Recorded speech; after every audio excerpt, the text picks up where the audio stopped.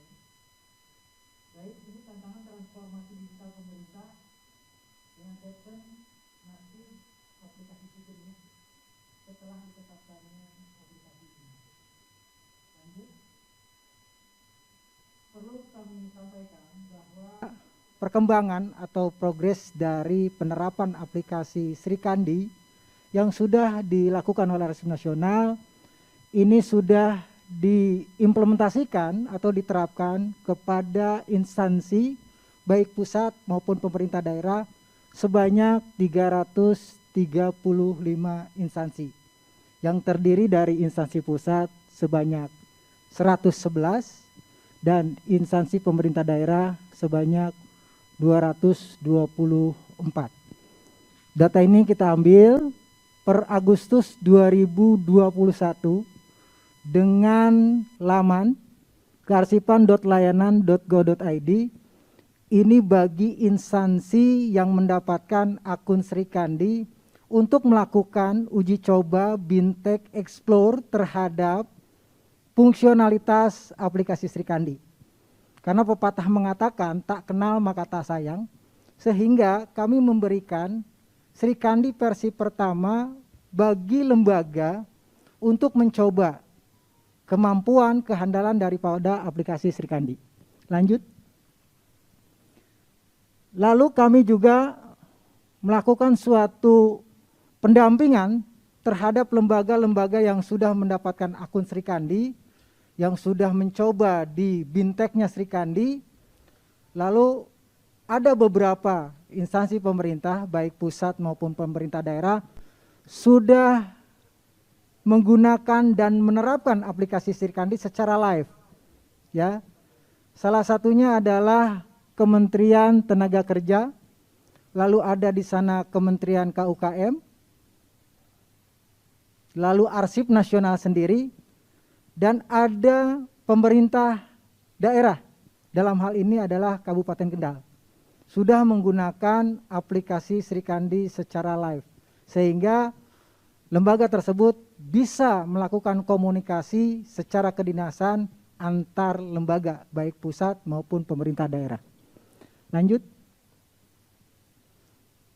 Nah, dengan perkembangan dari aplikasi Sri Kandi yang selama ini kita kembangkan, terakhir kita merilis Sri Kandi versi kedua, di mana versi kedua ini adalah pengembangan secara fungsi kita tingkatkan dibanding dengan Sri Kandi versi pertama.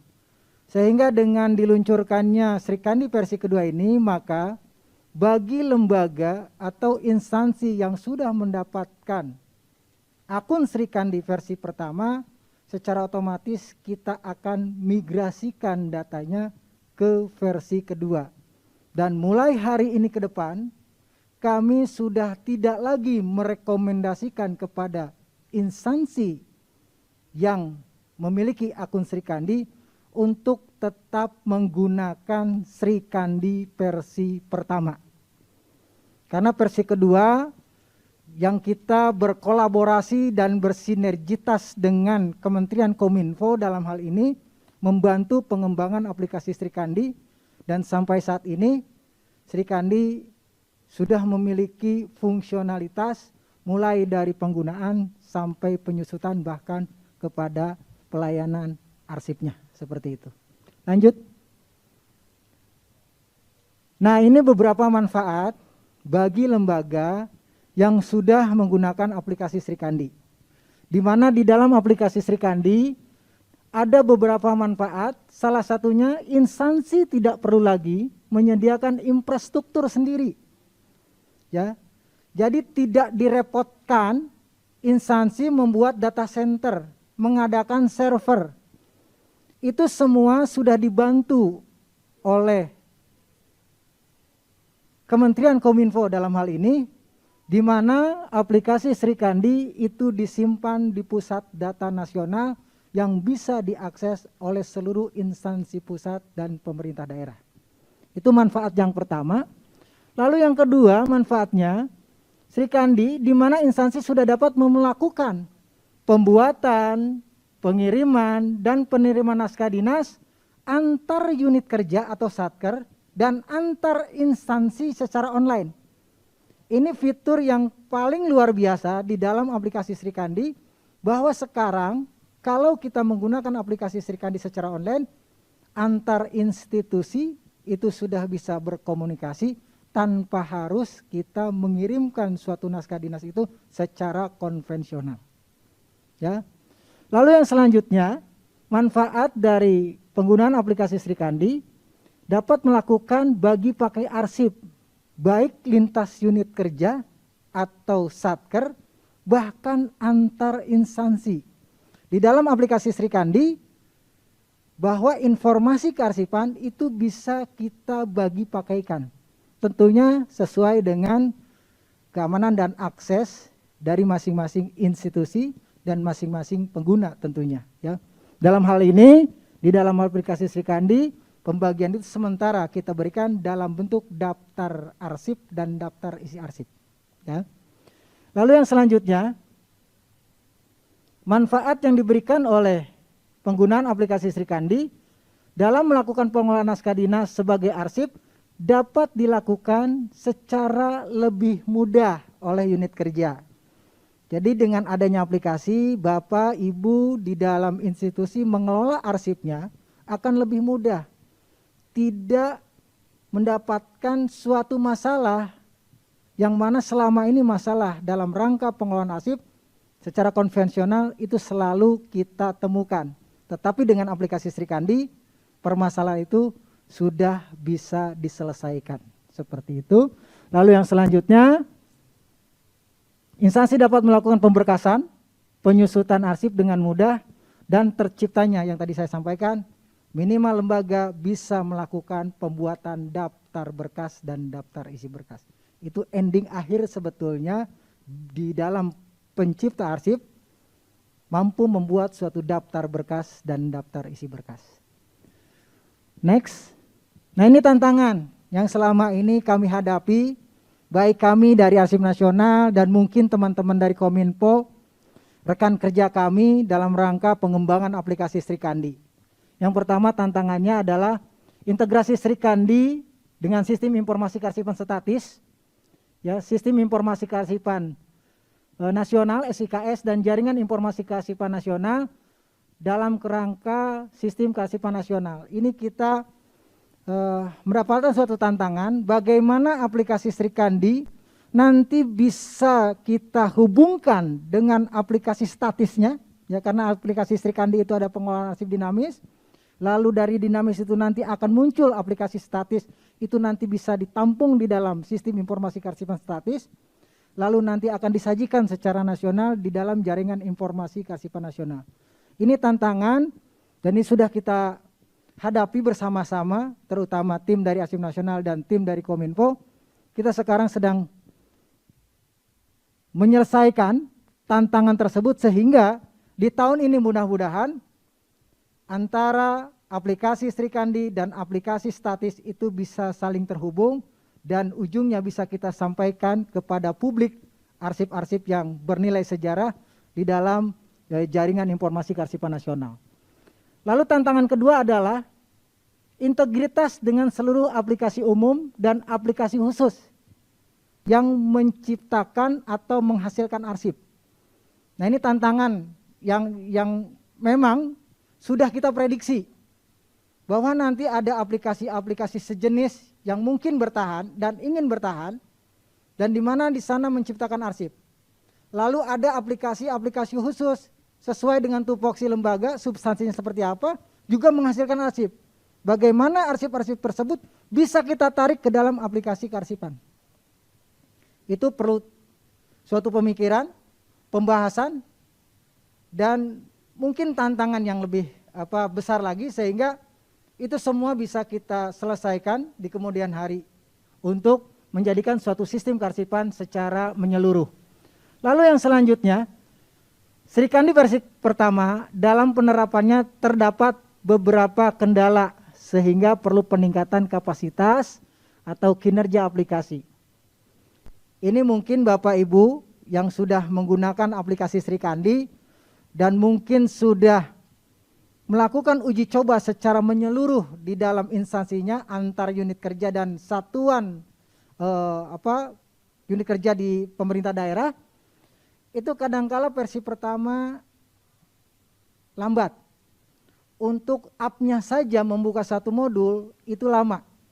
Sehingga kedepannya kita melakukan suatu rekomendasi migrasi versi pertama ke versi kedua. Dan ini sudah kita lakukan dibantu oleh teman-teman dari Kementerian Kominfo, ya, dengan teknik konsolidasi data atau migrasi data. Mungkin nanti oleh Pak Direktur dari Kominfo akan disampaikan bagaimana konsolidasi data dari aplikasi sejenis, aplikasi khusus, ataupun aplikasi Srikandi tersendiri dari versi pertama ke versi kedua, tekniknya seperti apa, ya. Lalu yang selanjutnya, perlu adanya penyesuaian atas instrumen kearsipan, khususnya pada pemerintah daerah. Ini yang menjadi kendala yang cukup pelik juga bagi kami untuk mengimplementasikan Srikandi di pemerintah daerah. Karena kendalanya adalah instrumen kearsipan, di mana pemerintah daerah skema instrumen kearsipannya berbeda dengan pusat yang dikeluarkan oleh Arsip Nasional. Sehingga ini perlu penyesuaian manakala instansi pemerintah ingin menerapkan aplikasi Srikandi. Lalu yang selanjutnya, pengembangan aplikasi Srikandi akan selalu dilakukan, ya, untuk merespon perkembangan di bidang kearsipan dan inovasi-inovasi terbaru di bidang teknologi informasi dan komunikasi. Dengan tetap mempertahankan karakteristik arsip agar selalu arsip itu otentik, utuh, terpercaya dan dapat digunakan. Nah, dari keempat icon ini, ya, otentik, utuh, terpercaya dan dapat digunakan, ini kelihatannya akan menjadi hal yang cukup sulit, ya. Perlu pemikiran dari teman-teman dari instansi pusat ataupun pemerintah daerah jika ingin mempertahankan aplikasi sejenis dengan Srikandi. Karena arsip itu harus ini, otentik, utuh, terpercaya dan dapat digunakan. Lanjut. Ini adalah sistem kearsipan, ya, mungkin Bapak Ibu ya, dari peserta daring maupun luring ini pernah melihat bahwa pengelolaan kearsipan itu dimulai dari dinamis, lalu statis, lalu nanti arsip-arsipnya itu bisa disajikan dalam sistem informasi kearsipan dengan jaringan informasi kearsipan nasionalnya. Lanjut. Ini selanjutnya.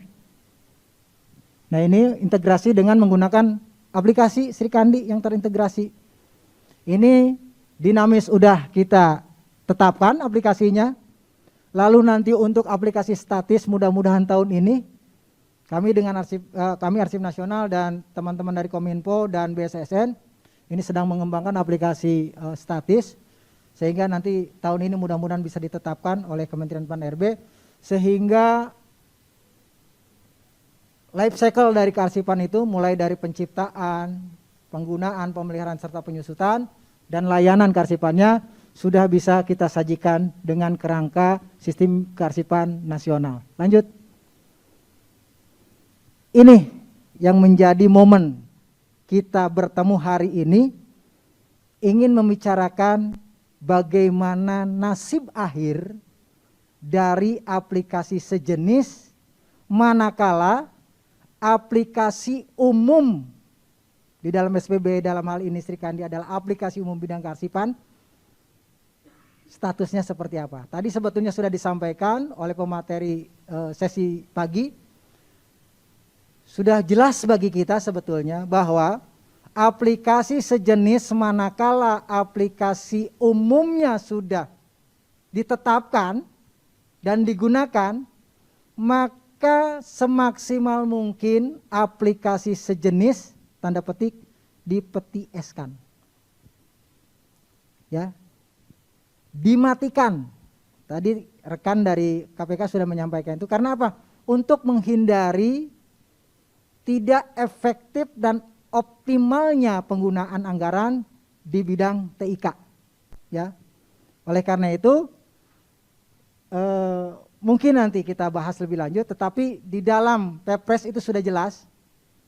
Di pasal 37, walaupun diberi peluang, tetapi ada koridor-koridor yang harus diperhatikan dan dilakukan oleh lembaga yang memiliki aplikasi jenis. Dan itu sebetulnya dipertegas lagi di pasal 63, bahwa pimpinan lembaga, baik pusat maupun pemerintah daerah, diharuskan untuk memberhentikan aplikasi sejenis jika aplikasi umum sudah ada. Seperti itu. Lanjut.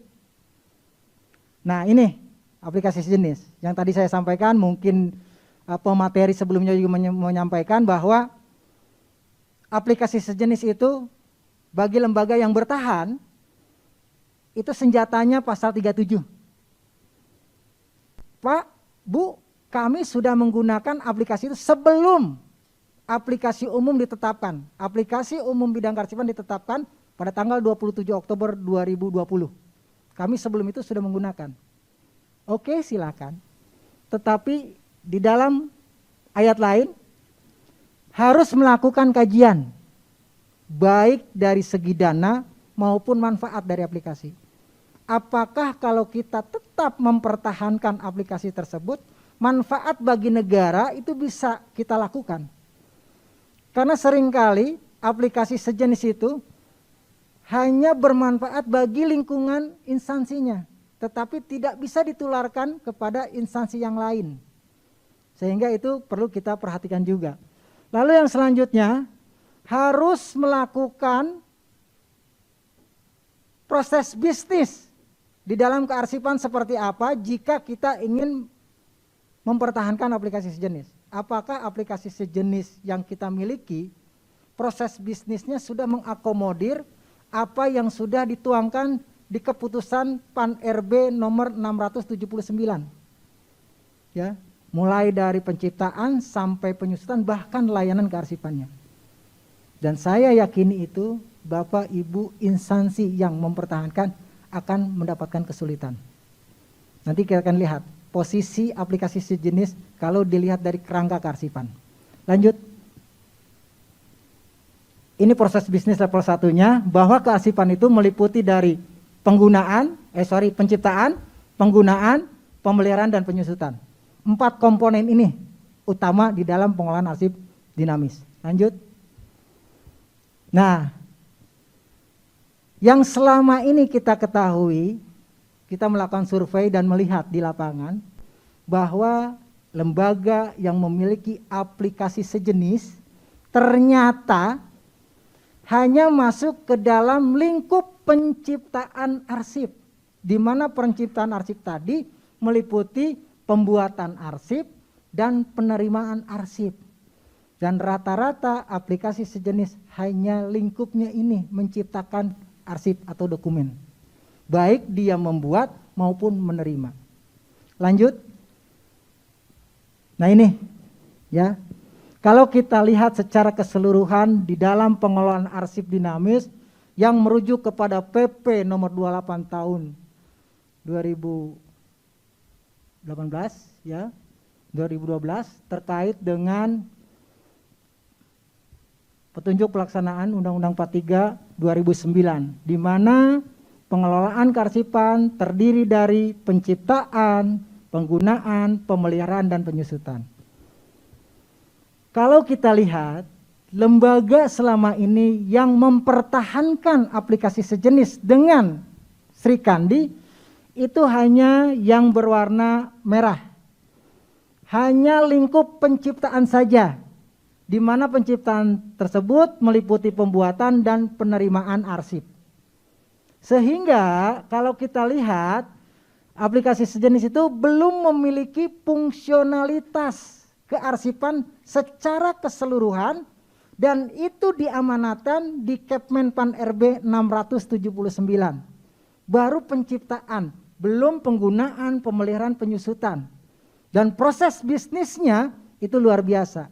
Apalagi kalau kita masih mempertahankan apakah dokumen atau arsip yang ada di aplikasi sejenis itu bisa ditransfer atau dikirimkan dokumen yang bernilai sejarah yang diciptakan oleh lembaga ke sistem informasi kearsipan statis. Nah, ini menjadi pemikiran kita, sehingga ya kami dalam hal ini Arsip Nasional selaku pembina kearsipan sebetulnya ingin menyarankan kepada lembaga yang masih memiliki atau mempertahankan aplikasi sejenis itu untuk berpindah menggunakan aplikasi Sri Kandi. Yang pertama alasannya karena sudah ditentukan oleh Perpres 95. Lalu yang kedua, dari segi kearsipan, fungsionalitas yang nanti harus dibuat oleh instansi atas aplikasi sejenisnya itu cukup pelik. Sehingga daripada kita pusing, sudah kita gunakan aplikasi yang sudah ditetapkan oleh pemerintah dan digunakan secara nasional. Lanjut. Mungkin itu yang bisa saya sampaikan terkait dengan aplikasi Sri Kandi, mulai dari perkembangannya, lalu manfaat lembaga jika menggunakan aplikasi Sri Kandi, dan tantangan-tantangan ke depan yang kita hadapi atau kami hadapi dalam pengembangan aplikasi Sri Kandi ke depannya. Nah, nanti ini mungkin bisa dijawab oleh Pak Direktur dari Kominfo, ya Pak Bambang, sehingga kekhawatiran Bapak Ibu dan keyakinan Bapak Ibu untuk menggunakan Sri Kandi itu terpatahkan semuanya karena itu sudah purna. Dan kita sudah bisa melakukan suatu komunikasi antar instansi, antar unit kerja, antar OPD kalau di pemerintah daerah, sehingga datanya akan tersentral di pusat data nasional, dan jika kita ingin mendapatkan suatu informasi itu bisa disajikan dengan satu data Indonesia. Mungkin itu yang bisa saya sampaikan, kurang lebihnya saya mohon maaf. Saya Hari, wassalamualaikum warahmatullahi wabarakatuh. Saya kembalikan lagi kepada moderator. Terima kasih. Waalaikumsalam warahmatullahi wabarakatuh. Baik, terima kasih Pak Sutiana, Arsiparis Madya Pembina TK14B.